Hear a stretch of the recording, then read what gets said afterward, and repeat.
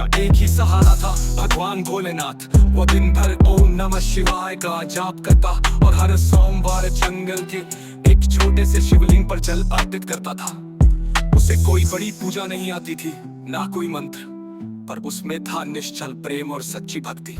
अध्याय 2 महीना और श्रद्धा की परीक्षा। जब सावन का पावन महीना आया तो गांव के धनवान लोग मंदिरों में बड़े बड़े आयोजन करने लगे, भंडारे, महाअभिषेक, घंटों तक मंत्रोच्चारण। लेकिन गोविंद के पास कुछ भी नहीं था। फिर भी वो हर सोमवार जंगल के शिवलिंग पर बेलपत्र और जंगल से लाया हुआ शुद्ध जल अर्पित करता। एक दिन गांव के कुछ लोगों ने उसका मजाक उड़ाया, क्या भगवान तुझ जैसे गरीब की पूजा स्वीकार करेंगे?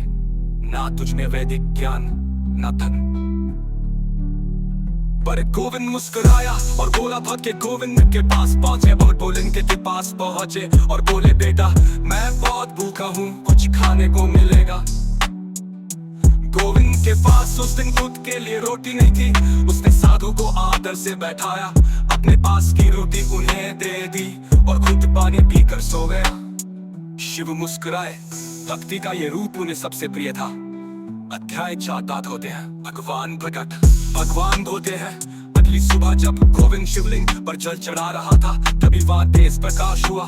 शिव जी अपने असली रूप में प्रकट हुए, जटाजूट में गंगा, त्रिशूल और डमरू के साथ। गोविंद भाव विभोर हो गया और उनके चरणों में गिर पड़ा। भगवान शिव ने कहा, वत्सो ने सच्ची भक्ति से मुझे प्रसन्न किया है। आज मैं तुझे वरदान देने आया हूँ, मांगो क्या चाहिए? गोविंद ने कहा, भगवान मुझे कुछ नहीं चाहिए, बस मेरा मन सदा आपके चरणों में लगा है। शिव जी ने हंसते हुए वरदान दिया, तू सदा मेरी भक्ति में स्थित रहेगा और जब तक सावन रहेगा मैं इस जंगल के शिवलिंग में वास करूंगा और हर उस भक्त की मनोकामना पूर्ण करूंगा जो सच्चे मन से मुझे याद करेगा। इस कथा से हमें ये शिक्षा मिलती है कि भगवान को न धन चाहिए, न मंत्रों की अधिकता, उन्हें चाहिए निश्चल प्रेम, सच्ची श्रद्धा और मन की पवित्रता।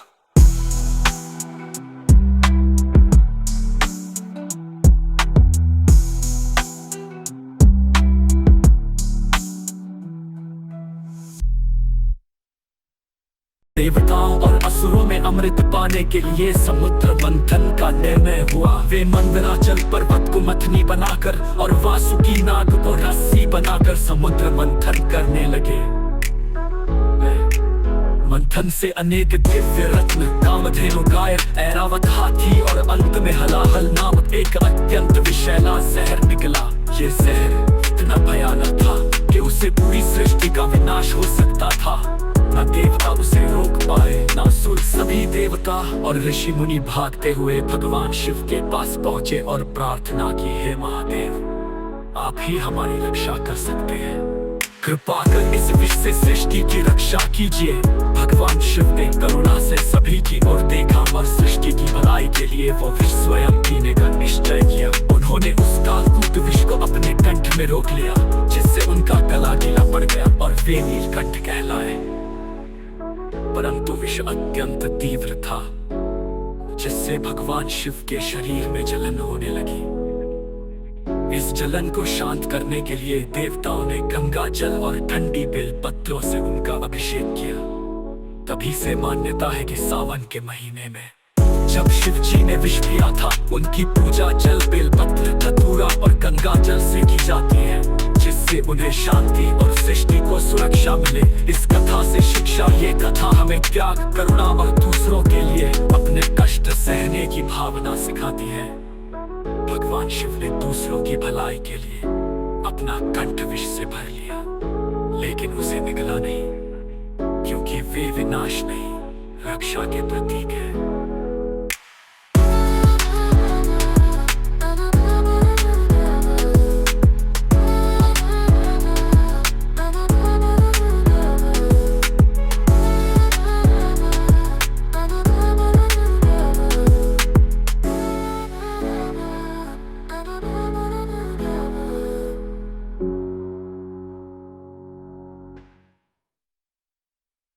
भगवान शिव उनके सामने प्रकट हुए और कहा,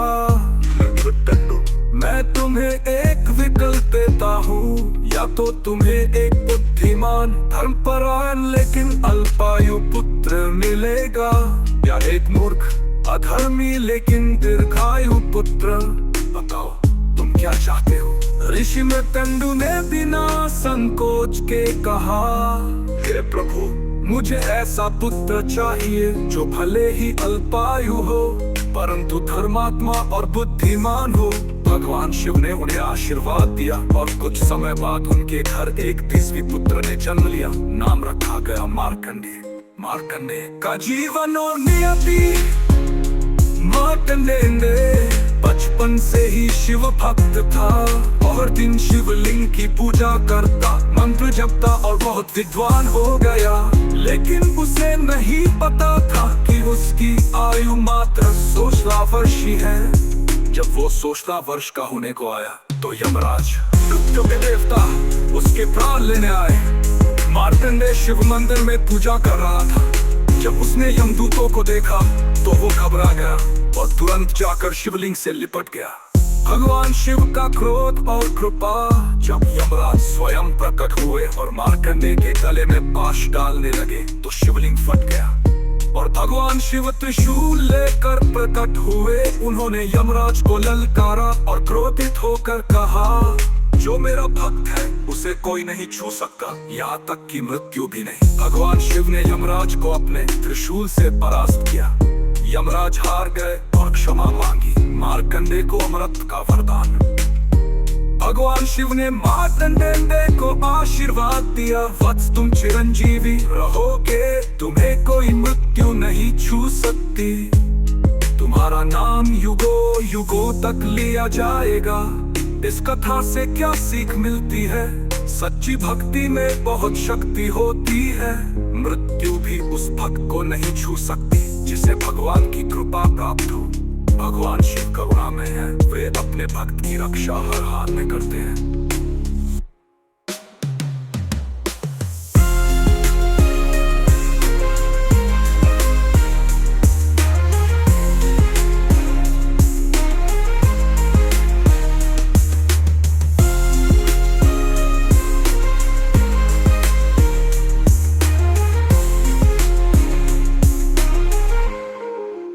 मार्कंडेय बचीवन और नियति। मार्कंडेय बचपन से ही शिव भक्त था। वो हर दिन शिवलिंग की पूजा करता, मंत्र जपता और बहुत विद्वान हो गया। लेकिन उसे नहीं पता था कि उसकी आयु मात्र 16 वर्ष है। जब वो 16 वर्ष का होने को आया तो यमराज उसके प्राण लेने आए। मार्कंडेय शिव मंदिर में पूजा कर रहा था। जब उसने यमदूतों को देखा तो वो घबरा गया और तुरंत जाकर शिवलिंग से लिपट गया। भगवान शिव का क्रोध और कृपा जब यमराज स्वयं प्रकट हुए और मार्कंडेय के गले में पाश डालने लगे तो शिवलिंग फट गया था। उसका एक ही सहारा था, भगवान भोलेनाथ। वो दिन भर ओम नमः शिवाय का जाप करता और हर सोमवार जंगल के एक छोटे से शिवलिंग पर जल अर्पित करता था। उसे कोई बड़ी पूजा नहीं आती थी, ना कोई मंत्र, पर उसमें था निश्चल प्रेम और सच्ची भक्ति। अध्याय 2 महीना और श्रद्धा की परीक्षा।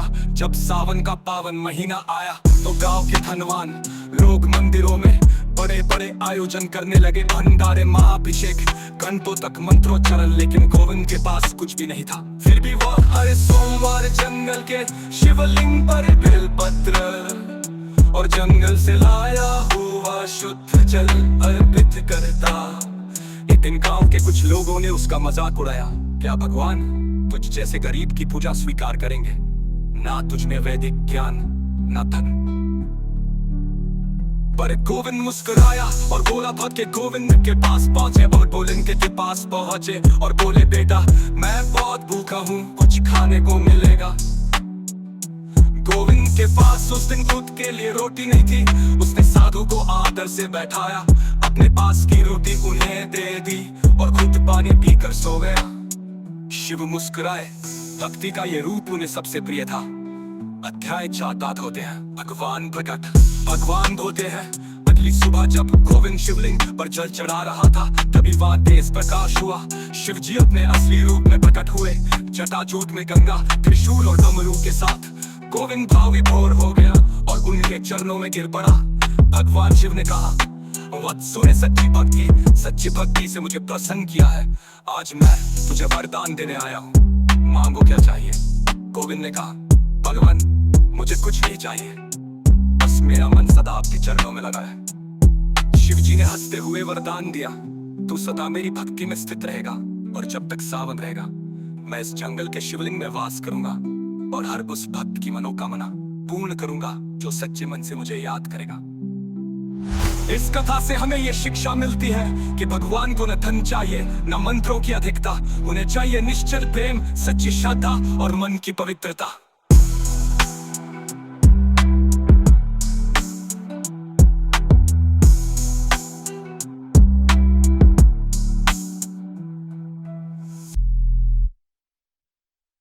पाने के लिए समुद्र मंथन का निर्णय हुआ। वे मंदराचल पर्वत को मथनी बनाकर और वासुकी नाग को रस्सी बनाकर समुद्र मंथन करने लगे। मंथन से अनेक दिव्य रत्न, कामधेनु गाय, ऐरावत हाथी और अंत में हलाहल नामक एक अत्यंत विषैला जहर निकला। ये जहर इतना भयानक था कि उससे पूरी सृष्टि का विनाश हो सकता था।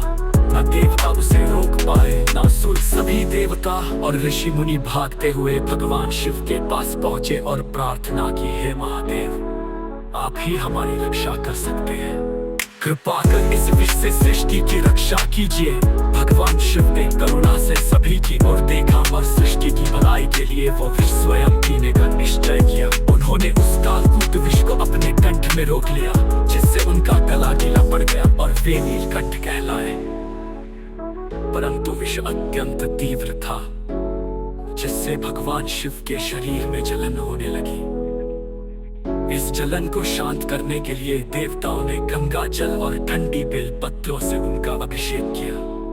तभी से मान्यता है कि सावन के महीने में जब शिव जी ने विष पिया था, उनकी पूजा जल, बेल पत्र, धतूरा और गंगा जल से की जाती है, जिससे उन्हें शांति और सृष्टि को सुरक्षा मिले। इस कथा से शिक्षा, ये कथा हमें त्याग, करुणा और दूसरों के लिए अपने कष्ट सहने की भावना सिखाती है। भगवान शिव ने दूसरों की भलाई के लिए अपना कंठ विष से भर लिया, लेकिन उसे निगला नहीं, क्योंकि वे विनाश नहीं रक्षा के प्रतीक है।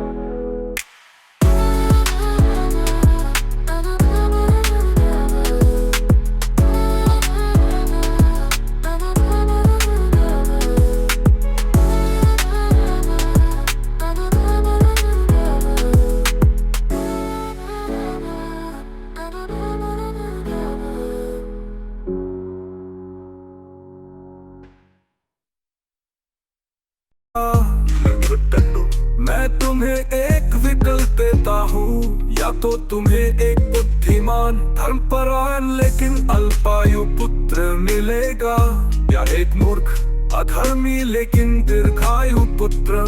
बताओ तुम क्या चाहते हो? ऋषि मृत्यु ने बिना संकोच के कहा, हे प्रभु मुझे ऐसा पुत्र चाहिए जो भले ही अल्पायु हो परंतु धर्मात्मा और बुद्धिमान हो। भगवान शिव ने उन्हें आशीर्वाद दिया और कुछ समय बाद उनके घर एक 30वीं पुत्र ने जन्म लिया। नाम रखा गया मार्कंडेय। मार्कंडेय का जीवन और नियति। मार्कंडेय बचपन से ही शिव भक्त था और दिन शिवलिंग की पूजा करता, मंत्र जपता और बहुत विद्वान हो गया। लेकिन उसे नहीं पता था कि उसकी आयु मात्र 16 वर्ष ही है। जब वो 16 वर्ष का होने को आया तो यमराज मृत्यु के देवता उसके प्राण लेने आए। मार्कंडेय शिव मंदिर में पूजा कर रहा था। जब उसने यमदूतों को देखा तो वो घबरा गया और तुरंत जाकर शिवलिंग से लिपट गया। भगवान शिव का क्रोध और कृपा जब यमराज स्वयं प्रकट हुए और मार्कंडेय के गले में पाश डालने लगे तो शिवलिंग फट गया और भगवान शिव त्रिशूल लेकर प्रकट हुए। उन्होंने यमराज को ललकारा और क्रोधित होकर कहा, जो मेरा भक्त है उसे कोई नहीं छू सकता, यहाँ तक कि मृत्यु भी नहीं। भगवान शिव ने यमराज को अपने त्रिशूल से परास्त किया। यमराज हार गए और क्षमा मांगी। मार्कंडेय को अमृत का वरदान। भगवान शिव ने मार्कंडेय को आशीर्वाद दिया, वत्स तुम चिरंजीवी रहोगे, तुम्हें कोई मृत्यु नहीं छू सकती, तुम्हारा नाम युगों युगों तक लिया जाएगा। इस कथा से क्या सीख मिलती है? सच्ची भक्ति में बहुत शक्ति होती है, मृत्यु भी उस भक्त को नहीं छू सकती जिसे भगवान की कृपा प्राप्त हो। भगवान शिव करुणामय है, वे अपने भक्त की रक्षा हर हाल में करते हैं।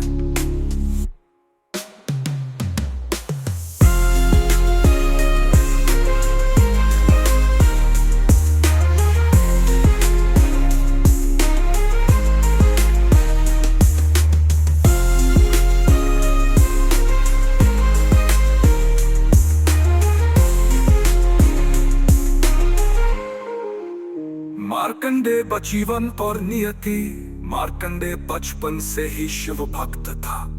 वो हर दिन शिवलिंग की पूजा करता, मंत्र जपता और बहुत विद्वान हो गया, लेकिन उसे नहीं पता था कि उसकी आयु मात्र 16 वर्ष है। जब वो 16 वर्ष का होने को आया तो यमराज उसके प्राण लेने आए। मार्कंडेय शिव मंदिर में पूजा कर रहा था। जब उसने यमदूतों को देखा तो वो घबरा गया और तुरंत जाकर शिवलिंग से लिपट गया। भगवान शिव का क्रोध और कृपा। जब यमराज स्वयं प्रकट हुए और मार्कंडेय के गले में पाश डालने लगे